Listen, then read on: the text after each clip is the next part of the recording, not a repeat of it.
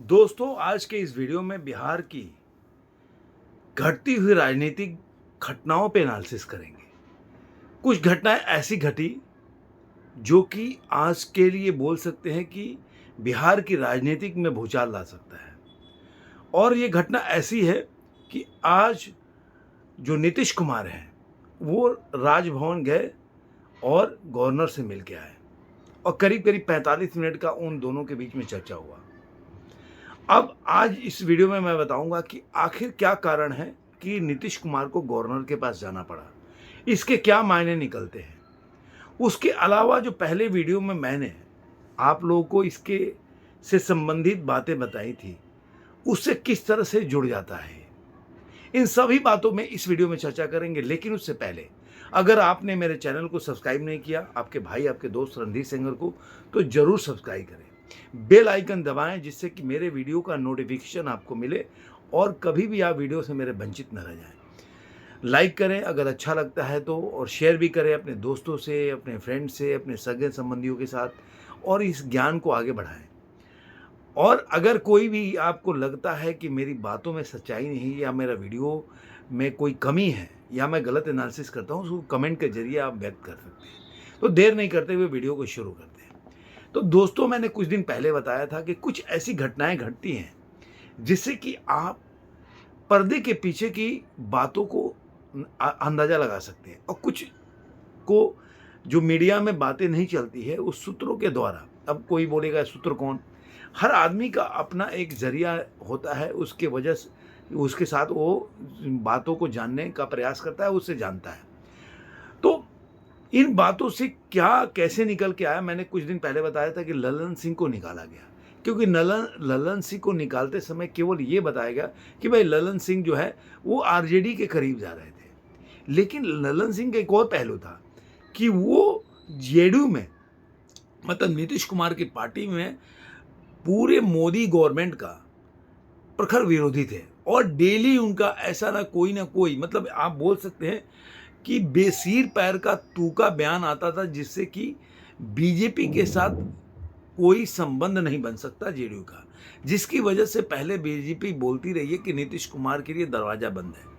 लेकिन घटनाएं कुछ ऐसी घटी, अमित शाह आपको पटना गए, उनके साथ नीतीश कुमार के साथ स्टेज शेयर किया। अब उसके बाद मैंने एक और बात बताया था एक वीडियो में कि हरिवंश बाबू जो जेडीयू के लीडर हैं, काफ़ी बड़े नेता है, उनका बीजेपी से काफ़ी, उनके नेताओं के साथ, बड़े नेताओं के साथ काफ़ी नज़दीकियाँ है। और वो एक मिशन के तहत वो पटना गए, उनकी नीतीश कुमार के साथ बात हुई, और मैं यही बात बोल रहा था, लोग उसको सीरियसली नहीं ले रहे थे। कोई भी बात क्या होता है उसके पीछे, आज कोई डायरेक्टली कोई बीजेपी के बड़े नेताओं से नीतीश कुमार की बैठक होगी तो मीडिया में लीक हो सकती है। और नीतीश कुमार ने धीरे धीरे अपना पैर जो है इंडी गठबंधन से खींचना शुरू किया, क्योंकि उनको लग गया कि इंडी गठबंधन में मेरा कोई फायदा नहीं है, इसलिए वो पैर अपना खींचने लगे। और इसकी वजह से आपने देखा घटनाक्रम बढ़ा, और लालू यादव और तेजस्वी यादव नीतीश कुमार के घर पहुंचे। लेकिन केवल 5 मिनट में उनकी मीटिंग खत्म हो गई, हुआ कुछ भी नहीं। वो बाहर आके बोले जरे सब कुछ ठीक ठाक है, ऐसा करके। इसी में एक और घटना घटी कि नीतीश कुमार ने राबड़ी देवी का जो जन्मदिन था 1 जनवरी को, उनपे कोई बधाई नहीं दिया, ना उनके घर गए, ना ऐसे बधाई दिया। तो ये एक, जो आपको देखेंगे ना तो डायरेक्शन आपको पता चलने लगा कि नीतीश कुमार अब अलग होना चाहते हैं, या उनका मोह भंग हो चुका है। आप आइडिया लगा लेंगे।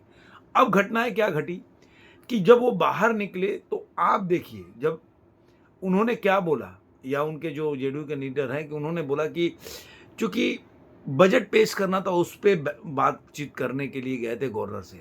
आप याद कीजिए कि कभी नीतीश कुमार बजट से पहले गवर्नर से मिलने गए हैं?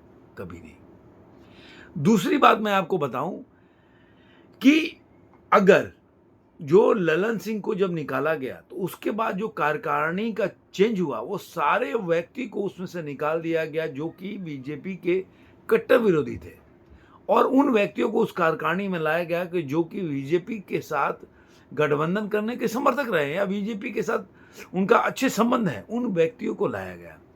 अब जो गवर्नर के साथ मिलने गए, मैं नाम बोल रहा हूँ, कोई चौधरी हैं, उनके साथ वो गए गवर्नर से मिलने, जो कि बीजेपी के काफ़ी करीबी हैं।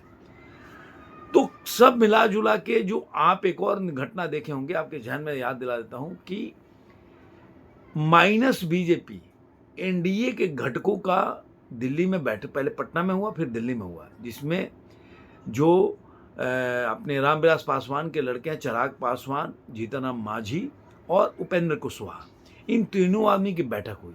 इसका मतलब ये है कि अब अगर बीजेपी नीतीश कुमार के साथ जाती है तो इनका क्या भविष्य बनता है, या ये कैसे उसके साथ सीट शेयरिंग करेंगे, कैसे गठबंधन में बने रहेंगे। इस सारे चीज़ों को होने के बाद ये खुद बाहर निकल कर आया। उन्होंने बोला कि बीजेपी अगर नीतीश कुमार को लाना चाहती है तो उनको कोई आपत्ति नहीं है और वो मिल के बना सकते हैं और वो शेयर भी कर सकते हैं। तो मतलब कहने का मतलब हर स्टेज पे काम हो रहा है।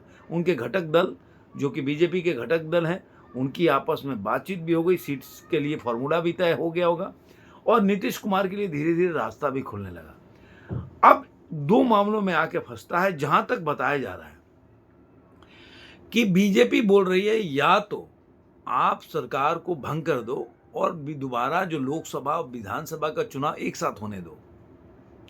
जो अभी चुनाव लोकसभा का आएगा अभी 2024 का, तो उसके साथ करने दीजिए, और नहीं तो जब आप पहले से बीजेपी का मुख्यमंत्री होगा और कहीं ना कहीं चिराग पासवान और जो जीतनराम मांझी हैं, उपेंद्र कुशवाहा है, उनके लिए सम्मानजनक स्थिति अपने मंत्रिमंडल में देना पड़ेगा और आपको वहाँ से साइडलाइन होना पड़ेगा।